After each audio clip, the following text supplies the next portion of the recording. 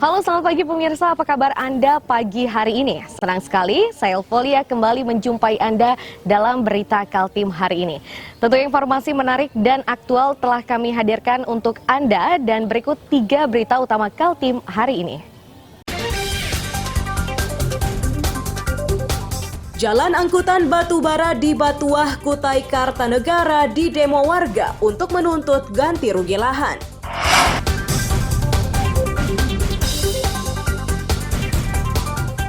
Salah satu proyek di Samarinda dihentikan paksa oleh wali kota karena tidak memiliki izin.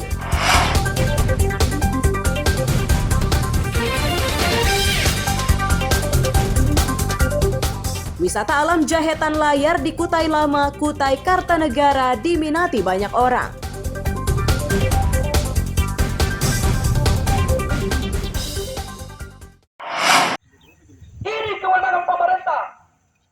Warga Dusun Tanijaya, Desa Batuah, Kutai Kartanegara Jumat sore menutup jalan lintasan perusahaan batubara. Warga kesal sebab lahannya telah diserobot perusahaan tambang. Ini titik 101. Sejatinya sudah sejak tahun 2018 warga memperingatkan agar perusahaan tidak memanfaatkan lahan warga sebagai sarana angkutan batubara. Peringatan itu disampaikan karena lahan tersebut merupakan areal pertanian dan sudah ditanami berbagai tumbuhan termasuk lada. 1,3 hektar. Kaltim saya akui dan saya banggakan. Serahkan kepada kami untuk Tujuan aksi dari hari ini adalah menuntut hak-hak kami yang selama 4 tahun ini dilindas begitu aja oleh perusahaan. Ini luasannya berapa nih? Luasan yang kami miliki di sini sebetulnya luas, cuma masuk kawasan jadi tersisa hanya 5,1 hektar.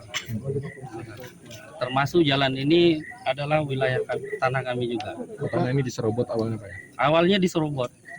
Cerita awalnya itu 2018 sebelum mereka melakukan pembukaan lahan ini, saya sudah tegur duluan. Saya bilang itu selesaikan dulu dengan pemiliknya itu, karena itu tanah orang. Polisi yang mengawal aksi warga akan mengupayakan jalan penyelesaian melalui mediasi. Polisi juga akan mencari tahu kebenaran bahwa lahan yang dilalui tersebut masuk kawasan hutan lindung Bukit Soeharto.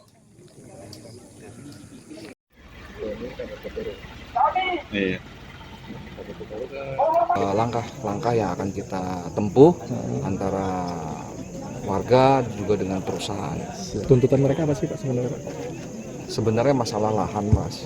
Jadi tapi tentunya ini kan pasti ada, kita harus melakukan mediasi terlebih dahulu ya, karena masing-masing pihak tentunya punya versi sendiri. Inilah yang akan kita mediasi kembali antara pelapor dengan perusahaan.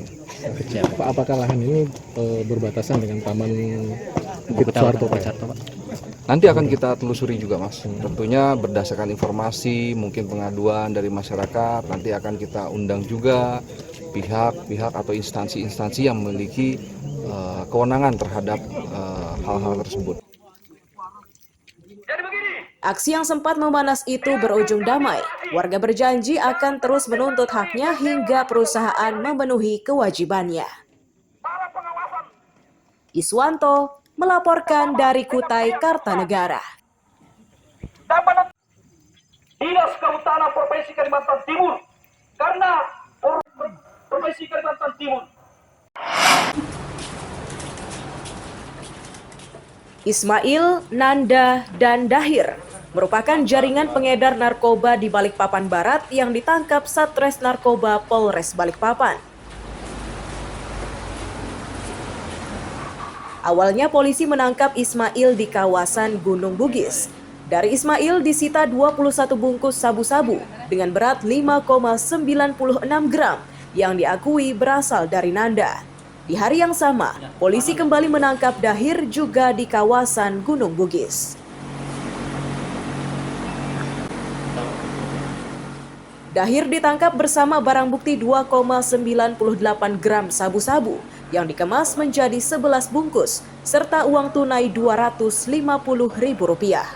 Para pelaku nekat menjual narkoba demi upah Rp150.000 jika berhasil menjual habis narkoba yang dibawanya.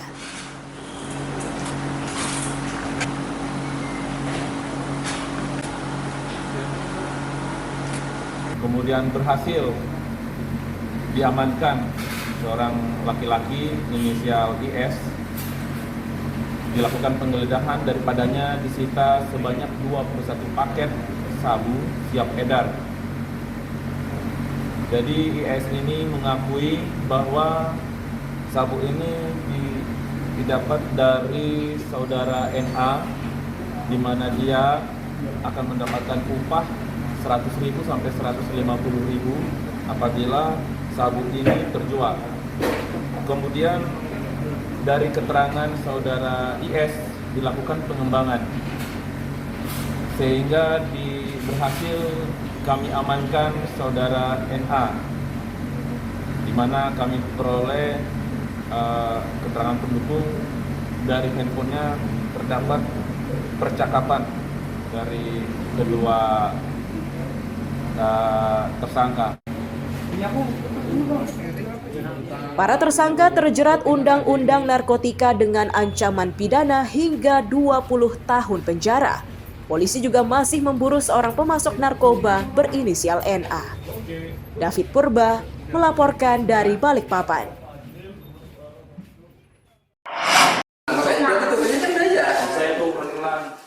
Wulan hanya bisa pasrah saat dimintai keterangan penyidik Satres Narkoba Polres Kutai Barat. Wulan ditangkap karena kepemilikan 2.000 butir double L yang dibeli melalui salah satu penjual dalam jaringan atau daring. Wulan tertarik menjual dan mengedarkan obat tersebut karena diberi kemudahan pembayaran oleh bandar narkoba yang ia tidak ketahui identitasnya tersebut. Terus ikan-dek 300. Belum sempat obat terlarang ini ia edarkan, polisi sudah menangkapnya. Wulan ditangkap di rumahnya di kawasan Melak Ilir. Itu biasanya apa? Untuk upahnya untuk si Rizky itu kemarin? Kasih.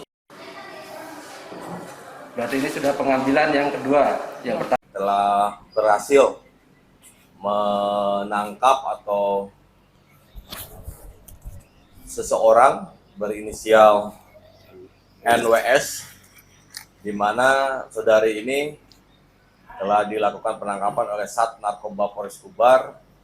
Setelah dilakukan penyelidikan dan dilakukan beberapa dari informasi masyarakat yang kita dapat bahwa diduga pelaku membawa kurang lebih 2012 butir pil double L. Yang bersangkutan sebagai pemilik dan penjual dari obat tersebut. Mau coba-coba. Sebelumnya pernah lakukan ini? Baru bulan ini tadi November. Ya. Kok dapat jalur dari mana ini? Lihat-lihat. Online. Oh. Habis itu ini kan dimasukkan keranjang dulu. Baru enggak lama ada orang chat pribadi. Ada alamatnya yang kirim barang itu? Kalau ya di WA, dikasih alamat. Dikasih alamat yang enggak dipesan, cuma dimasukkan di keranjang. Untuk mempertanggungjawabkan perbuatannya, Wulan kini ditetapkan sebagai tersangka dan terancam pidana 15 tahun penjara. Amir Hamzah dan tim liputan melaporkan dari Kutai Barat.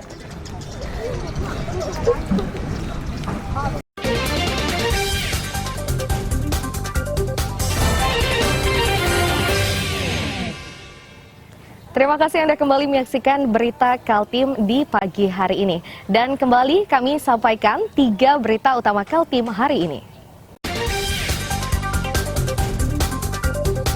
Jalan angkutan batubara di Batuah, Kutai Kartanegara didemo warga untuk menuntut ganti rugi lahan.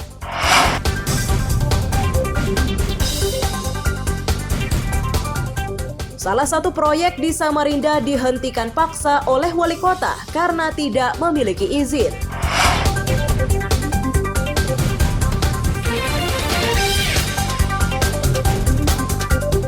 Wisata alam Jahetan Layar di Kutai Lama, Kutai Kartanegara diminati banyak orang.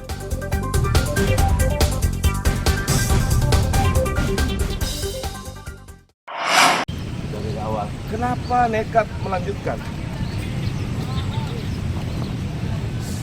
Saya sebutkan nama siapa yang memerintahkan. Saya nggak tahu, Pak.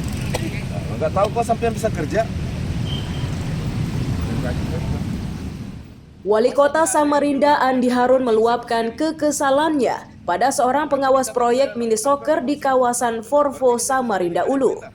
Andi Harun kesal karena proyek tersebut dikerjakan di kawasan rawan banjir. Dari informasi yang didapat, proyek tersebut dikerjakan atas dasar kerjasama antara Pemprov Kaltim dan pemilik usaha. Andi Harun khawatir proyek tersebut akan menimbulkan banjir ke permukiman, termasuk Rumah Sakit Abdul Wahab Syahrani. Setelah mendapat laporan, proyek tersebut dikerjakan tanpa mengantongi izin membangun dari pemerintah kota, Andi Harun pun memerintahkan untuk menyegel kegiatan tersebut.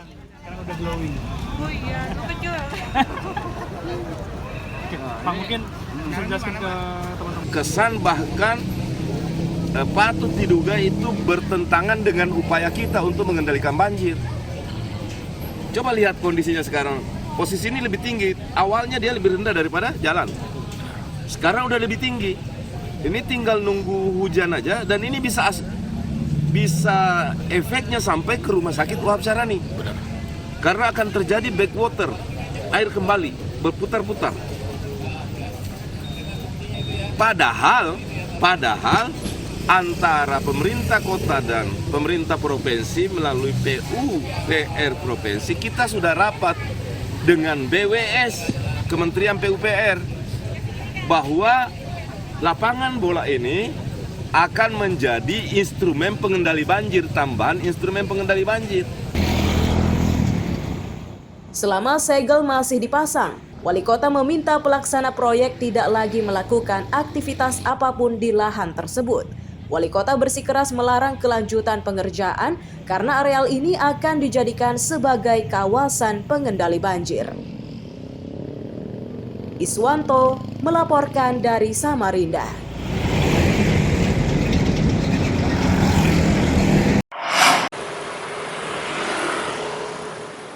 Kecelakaan lalu lintas di Kabupaten Penajam Pasir Utara sepanjang tahun 2022 meningkat dibanding tahun sebelumnya. Tercatat 82 kecelakaan menyebabkan 26 orang meninggal dunia. Beberapa penyebabnya adalah jalan berlubang, minimnya penerangan jalan, dan kelalaian pengendara. Untuk meminimalisir kecelakaan, Satlantas akan berkoordinasi dengan pemerintah kabupaten melalui Dinas PUPR agar secepatnya memperbaiki jalan rusak dan memasang rambu-rambu dan lampu penerang jalan. Satlantas juga akan berkirim surat ke balai terkait agar garis kejut di beberapa titik jalan nasional dari Penajam hingga Babulu segera dipasang. Pada saat bermasalah, itu memang kumpulan bagi kalau jenengan punya info-info itu dibilang. Kami telah mengkonsep surat berdasarkan laporan ANEP akhir tahun ini kepada beberapa instansi. Kami akan kirimkan data tentang kenaikan laka lantas, kenaikan jumlah korban, dan kenaikan tingkat fatalitas. Serta kami akan sampaikan di situ faktor utama penyebab-penyebab terjadinya laka lantas yang menyebabkan fatalitas ini semakin tinggi. Pertama, kami akan mengirimi Dinas PU berkaitan dengan penerangan jalan serta perbaikan jalan yang ada di wilayah Kabupaten PPU. Apabila rekan-rekan tahu, jangankan yang ada di Sepaku, Babulu, dan yang lainnya, di Penajam aja di depan Islamic Center itu banyak lubang-lubang. Satlantas berharap perbaikan ini dikerjakan di tahun 2023 karena arus lalu lintas di Penajam Pasir Utara semakin meningkat seiring pemindahan ibu kota negara ke Kecamatan Sepaku. Amir Hamzah dan tim liputan melaporkan dari Penajam Pasir Utara.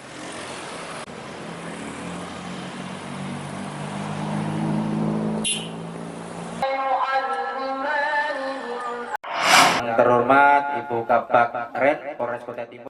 Bangunan di kilometer 1 Jalan Poros Bontang Sangatta ini dimanfaatkan polisi di Kutai Timur untuk curhat dengan warga. Curhat ini tujuannya menjalin komunikasi antara polisi dan masyarakat. Warga juga diimbau tidak membiarkan anak-anaknya yang masih di bawah umur mengendarai kendaraan sendiri. Di sini ada 2 kelompok tani, Pak. Kemudian yang Sedangkan warga memanfaatkan kesempatan tersebut untuk berkeluh kesah terkait kesulitan mendapatkan BBM, mahalnya harga eceran BBM hingga kesulitan mendapatkan air bersih. Polisi meminta kelurahan setempat mendata keluhan tersebut untuk disampaikan ke pemerintah kabupaten.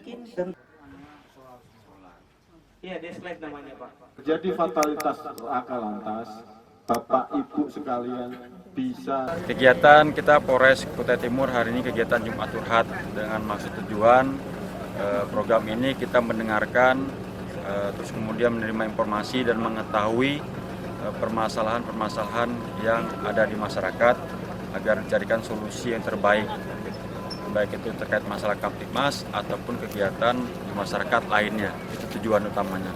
Kemudian juga pendekatan kita kepolisian atau Polri kepada masyarakat di mana tempat kita bertugas sehingga terjalin hubungan silaturahmi dan hubungan emosional yang baik. Hari ini mudah-mudahan dengan curhat kami akan menjadi berkah dan selanjutnya akan terkoordinasi dengan pemerintahan dan bantuan-bantuan semoga yang kami mohon akan dilaksanakan dan realisasi semua. Masyarakat di sini bisa juga curhat dengan ya Jumat Curhat ini, mereka sangat senang, dan kami dari pihak pemerintah juga sangat senang juga. Supaya harapan kami bisa apa yang disampaikan sama masyarakat di sini bisa terakomodir, walaupun ini sekarang dari pihak Polres, mungkin dari pihak-pihak lain bisa juga melaksanakan kegiatan ini.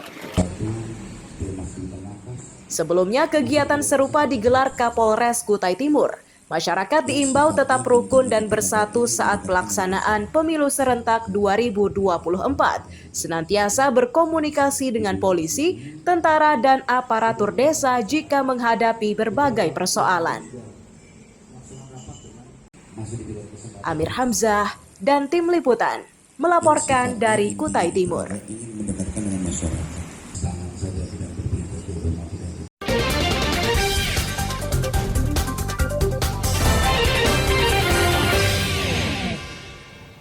Terima kasih Anda kembali menyaksikan berita Kaltim di pagi hari ini. Dan kembali kami sampaikan 3 berita utama Kaltim hari ini. Jalan angkutan batubara di Batuah, Kutai Kartanegara didemo warga untuk menuntut ganti rugi lahan.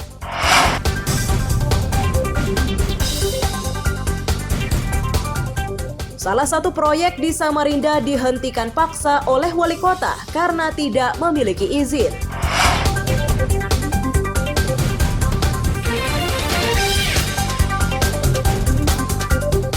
Wisata alam Jahetan Layar di Kutai Lama, Kutai Kartanegara diminati banyak orang.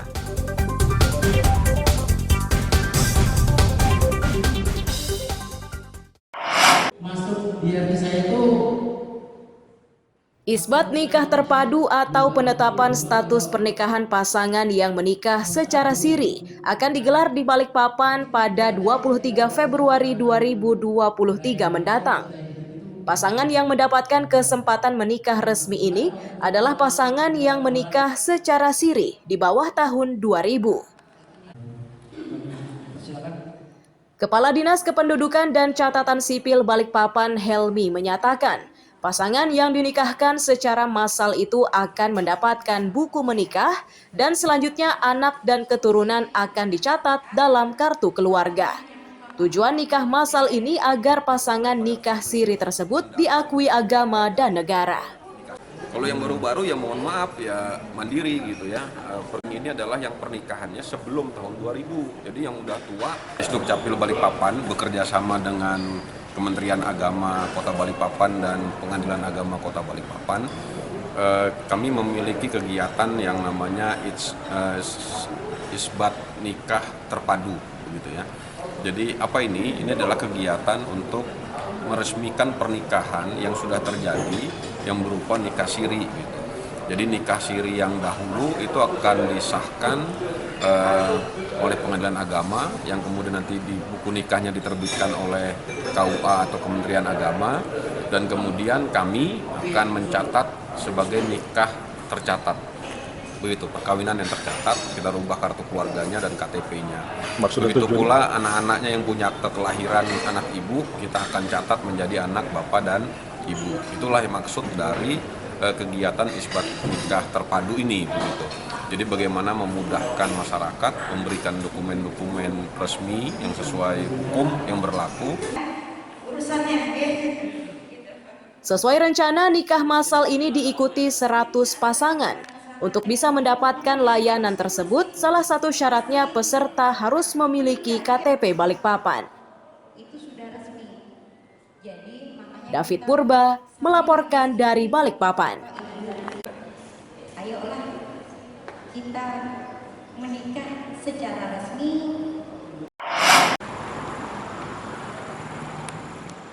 Petani Kecamatan Babulu, Kabupaten Penajam Pasir Utara kini bisa mendapatkan solar dengan harga subsidi, yakni Rp6.800 per liter.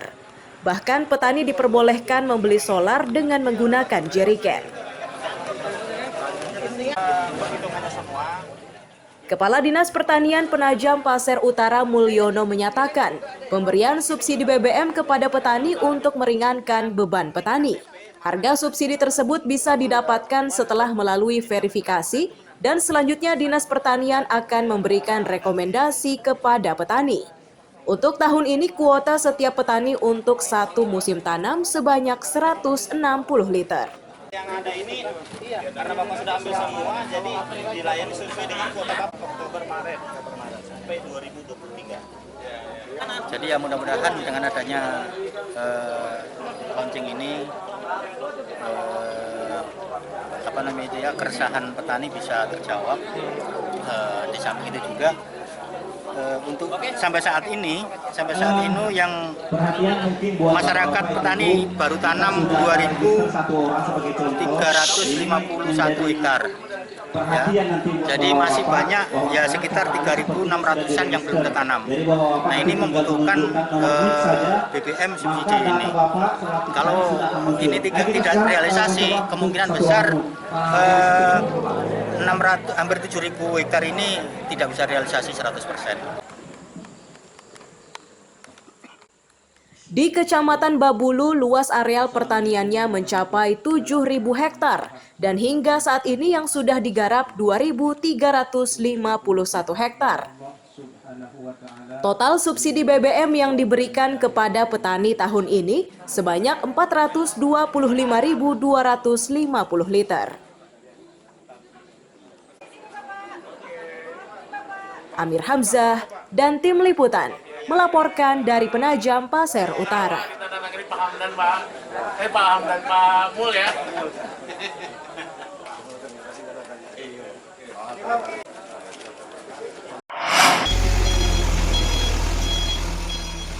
Material bangunan berupa batu gunung yang diangkut menggunakan truk ini merupakan bantuan BPBD Samarinda untuk korban tanah longsor di Jalan Bandang Raya, Sungai Pinang, Samarinda.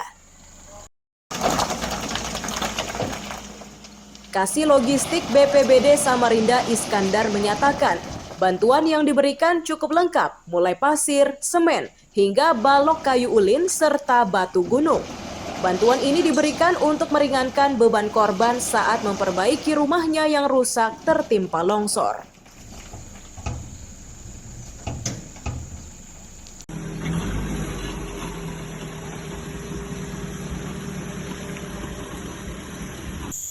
Kami dari BPBD Kota Samarinda di bidang rehab dan rekonstruksi sudah memberikan bantuan material untuk korban tanah longsor. Sudah ada 8 titik. Hari ini kami mengirim barang batu, ulin, dan semen. Ini sebagai bantuan yang untuk membantu para korban karena kemarin rumah ini kena longsoran yang cukup parah. Jadi kami berikan bantuan berupa batu, ulin, dan semen. Sebelumnya bantuan serupa juga diberikan kepada warga Jalan Pembangunan, Makroman yang rumahnya rusak akibat angin kencang. Iswanto melaporkan dari Samarinda.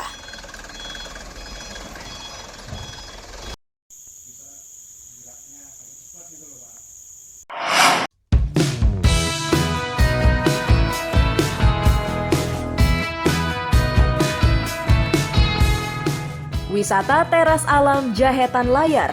Demikian nama objek wisata buatan yang letaknya di Kutai Lama, Anggana, Kutai Kartanegara. Jelang akhir pekan, objek wisata buatan yang mengandalkan panorama alam ini ramai dikunjungi warga. Umumnya pengunjung adalah pendatang dari Samarinda, Bontang, Kutai Timur, Berau, termasuk dari Surabaya. Untuk menambah kenyamanan, pengelola objek wisata sudah menyiapkan tempat menginap dalam bentuk bangunan dan tenda. Hal ini agar pengunjung bisa menikmati udara segar dan panorama alam yang indah di pagi hari.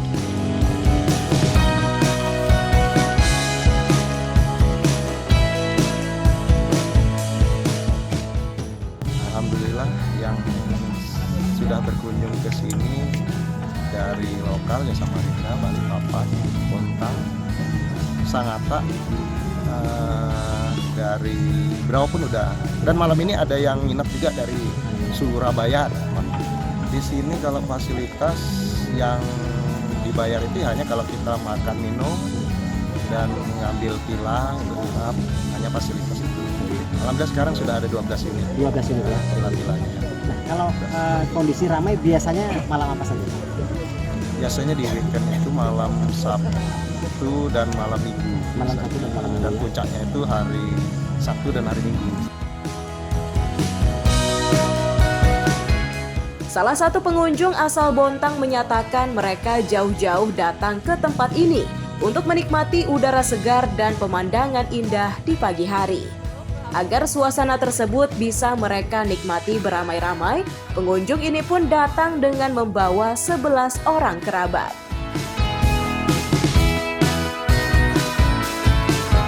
Kita 3 keluarga. 3 keluarga. Jumlah keseluruhan? 11 orang sama anak-anak. 11 orang sama anak ya. Kemudian kalau sudah sampai sini, apa yang menarik dari tempat ini? View-nya sih bagus, apa pemandangannya? Pemandangannya ya. Nah, sungai, ada sungainya, ada bukit-bukitnya. Yang paling menarik sekali? Suasananya sih. Suasana ya? Tenang atau gimana? Tenang gitu, ya tenang ya. Enggak pusing. Enggak pusing ya. Bagi Anda yang belum mencoba, tidak ada salahnya berkunjung dan menikmati suasana alam segar dan panorama yang indah. Iswanto melaporkan dari Kutai Kartanegara.